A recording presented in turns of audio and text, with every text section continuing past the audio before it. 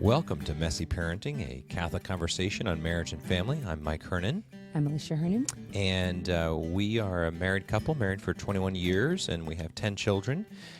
We are far from experts, but we've learned a little bit from the ups and the downs of our marriage, and just sharing some thoughts with you. Hopefully this will spark a conversation for you and your spouse. And because a lot of these things are things that we've talked about a lot throughout the years, and we just thought that, you know, sharing the things that are topics of discussion and conclusions that we've come to and experiences we've had will help you to be inspired to talk with your spouse. That's right. And right now we're coming up on the holidays, right? And I thought it was a very timely topic for us. But before we do that, I want to start with a prayer. Sure. In the name of the Father, and the Son, and the Holy Spirit. Amen. Amen. Lord, as we prepare our hearts for these great celebrations of Thanksgiving and Christmas, we just ask that you fill our hearts and our minds with your thoughts, Lord. Help guide us and just draw our eyes to you and to the things of heaven, not just the things of earth. We ask this through Christ our Lord. Amen. Well, it's funny because we have a show that I do with Franciscan University that's on EWTN, and was about Christmas, but how we very quickly in our culture pass right over Advent. I think I saw Christmas decorations up before it was even Halloween. Yeah. So our world's a little crazy and mixed up, but we thought trying to respond to some of the folks that have talked to us a little bit or asked some questions via email that we maybe let's talk about the holidays before they're actually here. Yeah. I think, it's holidays like Thanksgiving and Christmas. It in some ways there's such a contradiction because they bring so much joy and pleasure, especially to children, obviously. Yes. But they bring so much stress. Yeah. Like so much stress to mothers, I think, in particular. Because and those who live with the mothers. I feel like every Christmas and Thanksgiving, Christmas especially, that it's like I am responsible for making the perfect food, the perfect traditions, the kids have to all look perfect. That's right. Everybody's have the perfect gift. And it's just so much pressure on mothers, like more than anything I can think of, other than like your daughter getting married, probably. But then if you're having your daughter getting married, like a friend of ours, right around this time. Yeah, exactly. That's really, true. That's like doubly. But it's a lot of stress, but it's also a very joyful time, and it's such a beautiful time in the life of the church. Yeah. So we just thought we would talk about a couple of these topics. Just for just to give them the three areas that we're going to approach, maybe, if that's all right. Mm-hmm. So we'll talk about family time, both in-laws and outlaws, and gifts, particularly thinking forward to Christmas, and then just traditions in general during this time. Right. So those are three topics we want to cover. But the first one, we're going to start off with family and in-law tricks.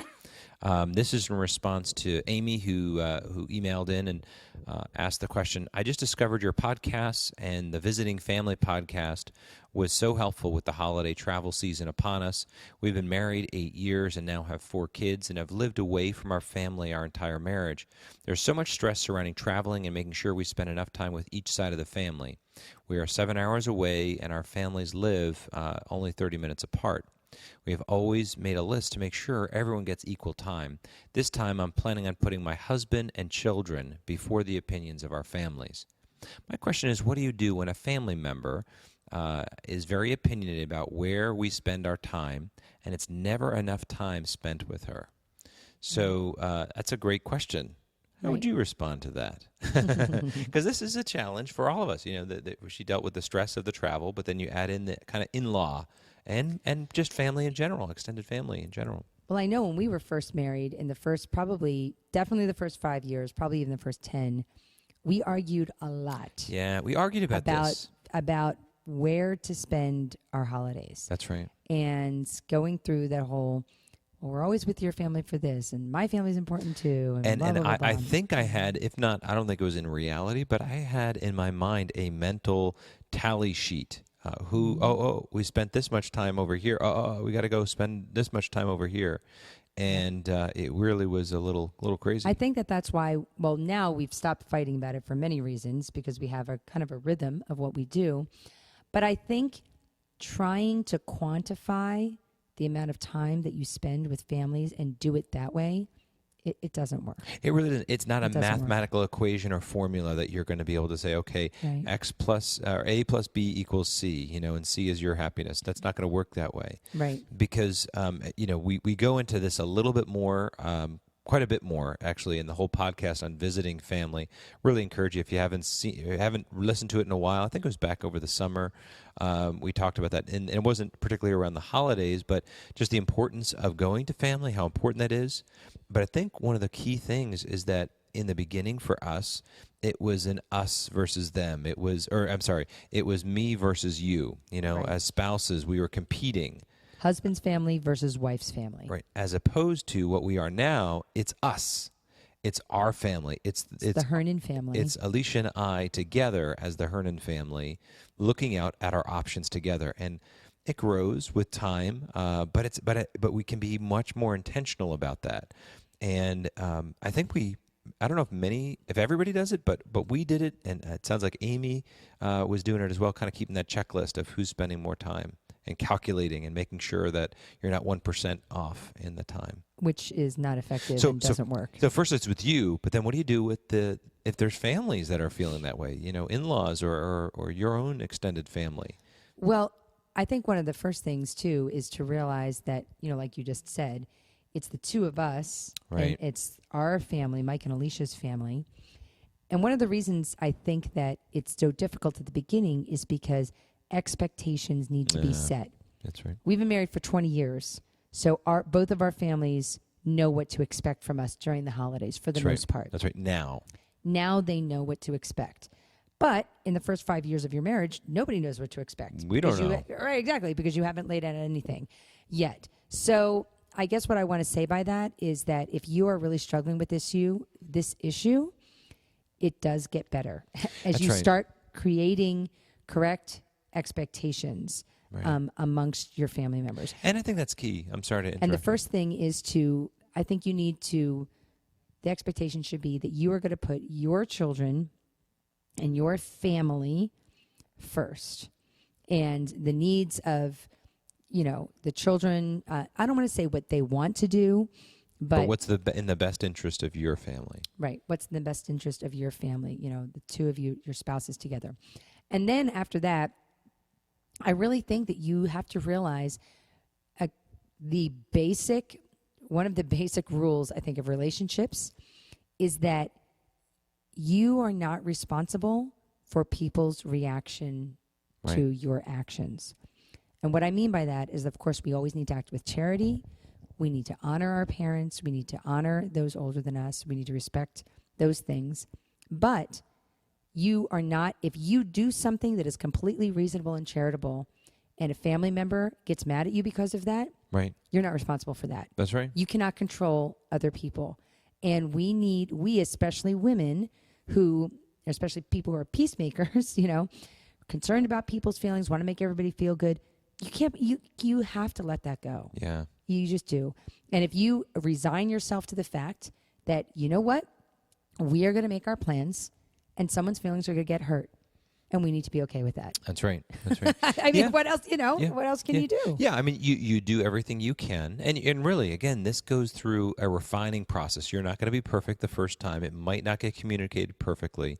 But I think, again, if you get both on the same page, both spouses are on the same page, united, and you set out a plan, and then you communicate that plan with great love and charity and say, hey, we want to do our best, but this year we're going to spend time over here, and we'll try to do something in the future. I mean, you don't want to ignore other families, extended family members or in-laws. If you can, spare them of that, because there is a joy, there is a purpose, there is a value in that family time. And the holidays is a perfect excuse and opportunity to get together. And sometimes we get kind of caught up into thinking that, we have to get together with everybody right now. We have to do it right now. Kind of like there's never going to be another Christmas. There's never going to be another time. It's like, because I've gotten caught up into that way of thinking too.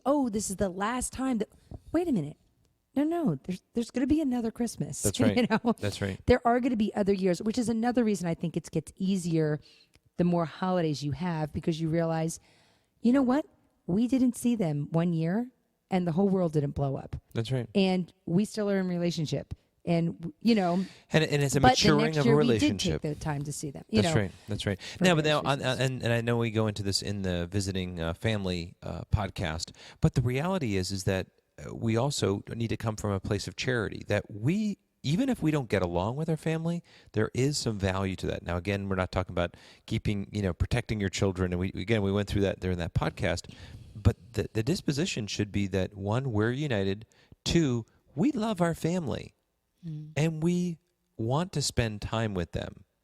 That there should be that as a basis of your decision making. Right. And then setting out clear expectations and then following through and doing your best. Expectations for your family to members. Communicate to them, right. Your extended family and your in-laws, just what to expect. And just be honest with them and say, hey, we're figuring this out. We're trying to do our own thing. Because I think in the beginning when it was just us as a married couple, it was really easy. We had no kids and we could travel. Then very quickly we had children. And in the beginning it was easy traveling with little kids. But as you got more kids or they start getting older, you want to do things in your own home or your own way. And that's natural and that's normal and that's healthy. And your parents and your in-laws, they will understand it. They may not love it. They may not fully embrace it right away. But that's really what it's all about. Right. Is that helpful? I hope that's helpful. Maybe. Amy, you're responding? No. So the second area, Alicia, that you wanted to talk about was...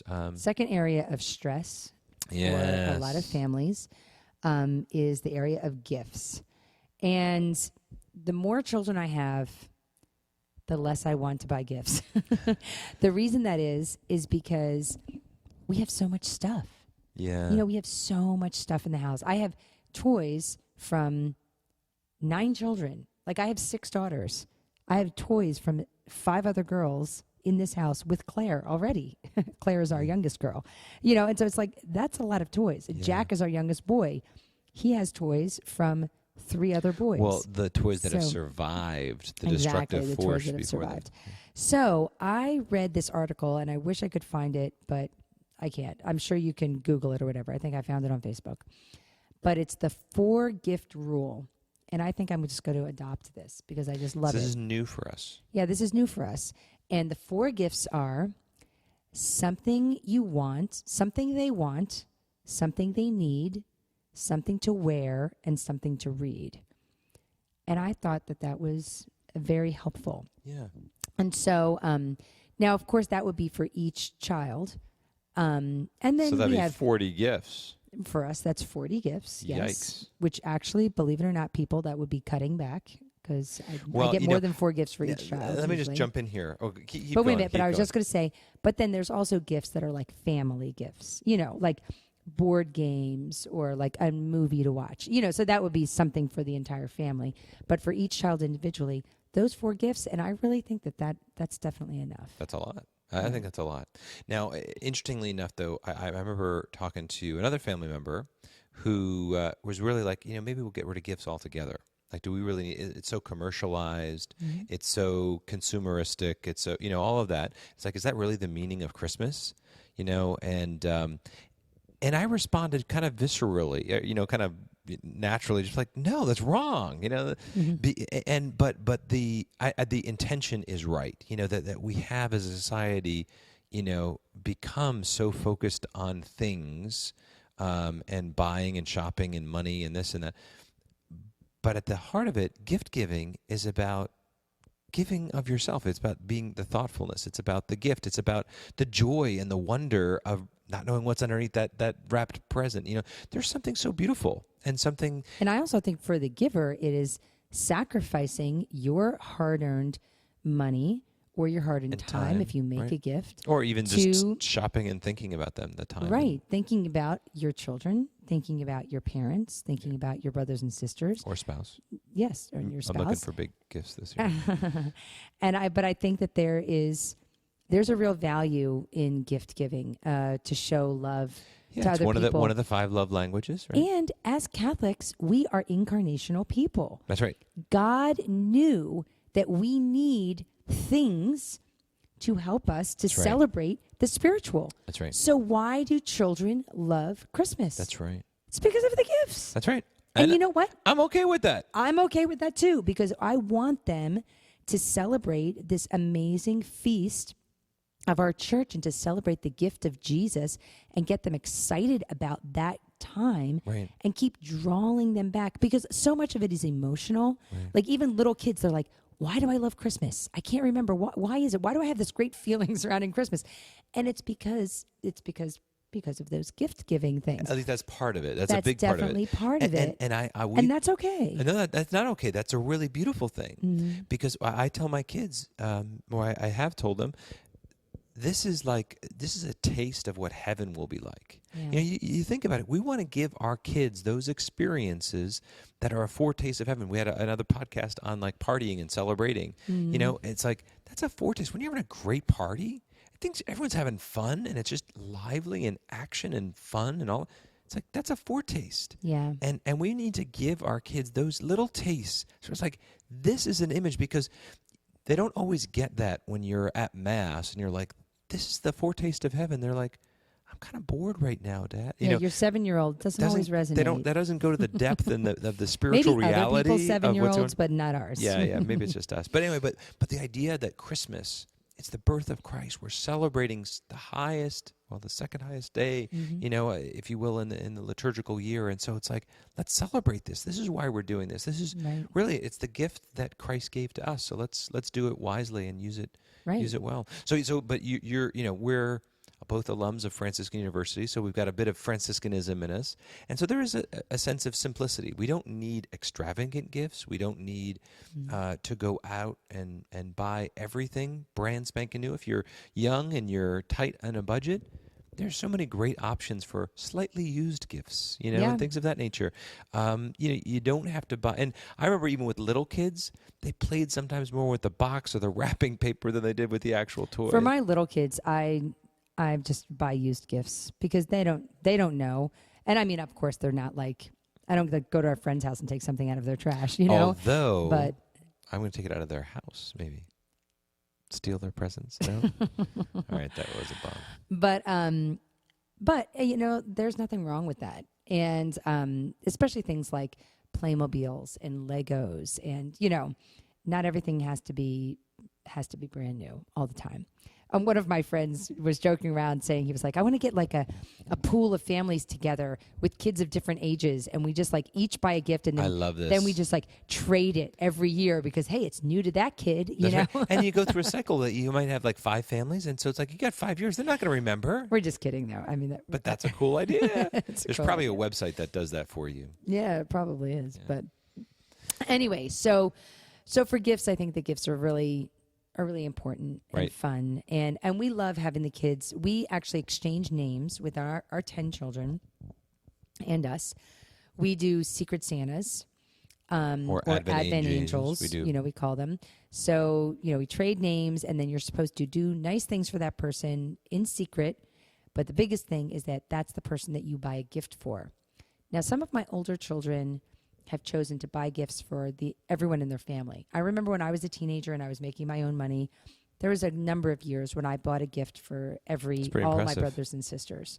And for a family of 10, that's pretty impressive. But again, it's an act of charity. You're giving them the opportunity. And I don't think we even told them to do that. They just wanted to, right? And because I think it's because we started when they were young, saying we're going to go, and they had to pick out a present for their brother or sister. Right. And so we usually would give them like, $10 or so.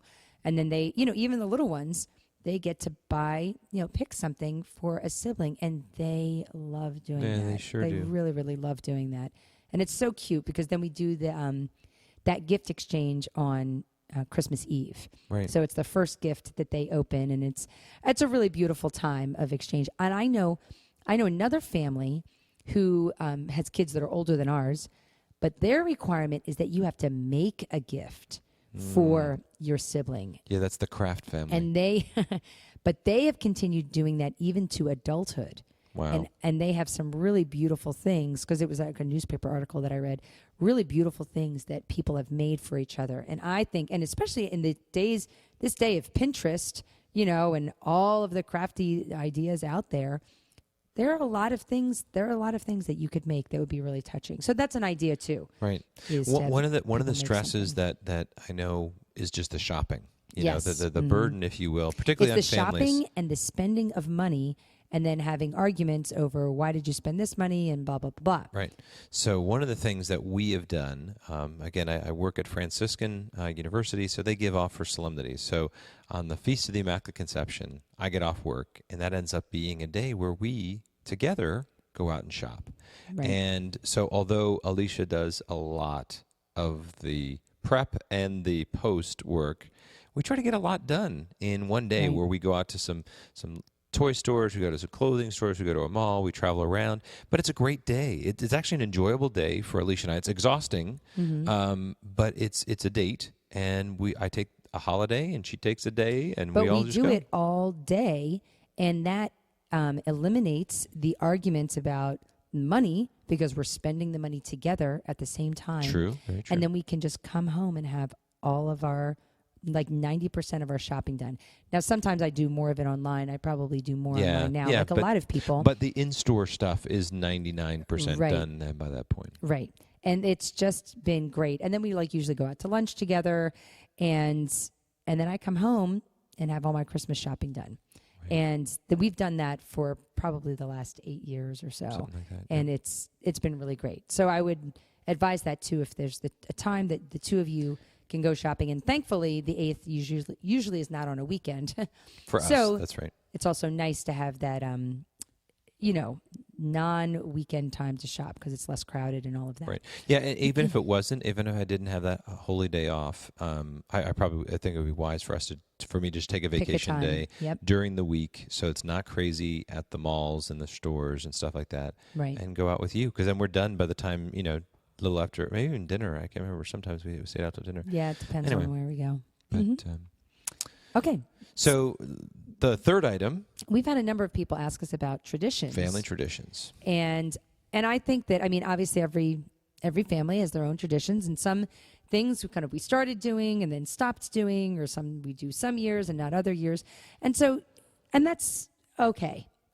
Obviously but there are some things that have kind of become staples in our house. We always do an Advent wreath. Well, first is even just the decorating. Right. Well, we usually start decorating.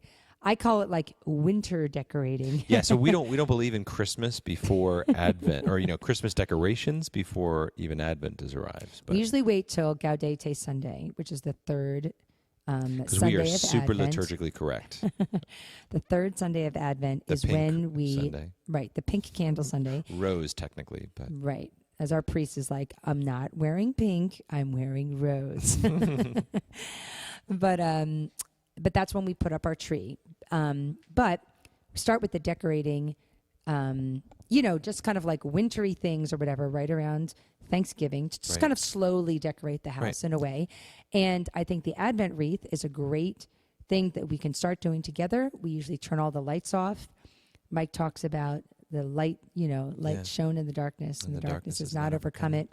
And then we'll light the first candle, and then... And I do that, and that's a little thing, but, again, we have little and older kids, and to just have a meal, or at the beginning of our dinner, in darkness, and that, we read scripture, and then we sing a song. Usually sing O Come, Emmanuel, or other Advent songs that we'll learn. Right, and the Advent wreath, and just like People Look East. So if you're listening to this podcast, then it isn't Advent.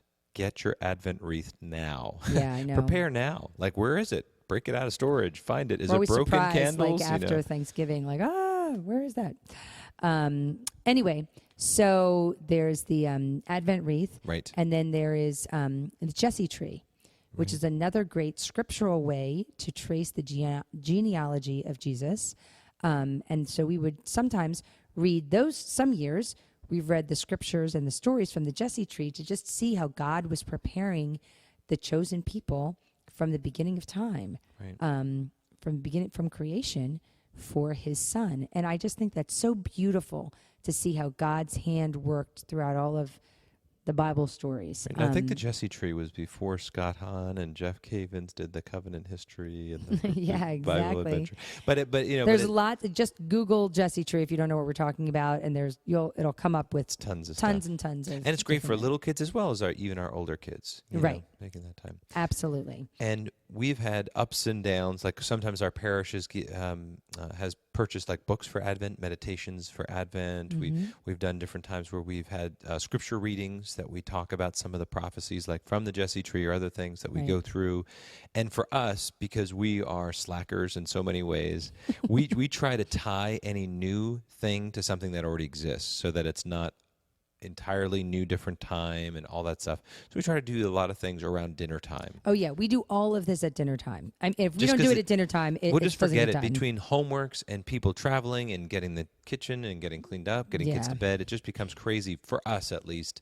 We just tag it to something that already exists, which is dinner time and prayers. Right. Whether it's before or whether it's after, we just do it all right Right. then. So I think that whole time of preparing for Advent is so great to do Yeah. with the kids, because they're so excited, Right. and it's just constantly. And I think that when you do something around dinner time with Scripture, you're constantly calling them back to, this is about Jesus, guys. This is Right. about Jesus. This is about His coming. His coming. He's the greatest gift. And when you do that every day, you really are combating the secularism, That's right. That's And- out there and the- everywhere. Christmas silliness, Yeah, I could care less about what color cup Starbucks has, but you know what? Just for the record. Yeah, but I really want to make sure my own children Right.